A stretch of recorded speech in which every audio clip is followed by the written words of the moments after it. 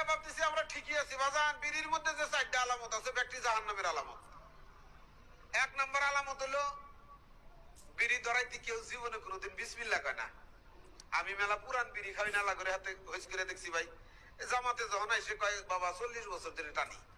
গেলাম কাকা 40 বছর যে খান, খাইতে বিসমিল্লাহ টিসমিল্লাহ কয় না। কয় তোর ওটা কি মন থাকে? ওটা মনে থাকে না জিনিস। কয় খালি এ মাথায় মাথায় ফু দিয়ে কবি ধরাই আর কি।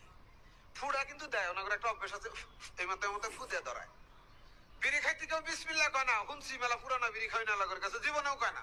ওই জাহান্নামে ঢুকতেও বাবা কেউ বিসমিল্লাহ কব না, যে বিসমিল্লাহির রহমানির রহিম ঢুকলাম আর কি, আল্লাহর নিয়ামতের একটা জায়গায় ঢুকলাম, জীবনেও কব না, মানে ওটা মনেই থাকবো না।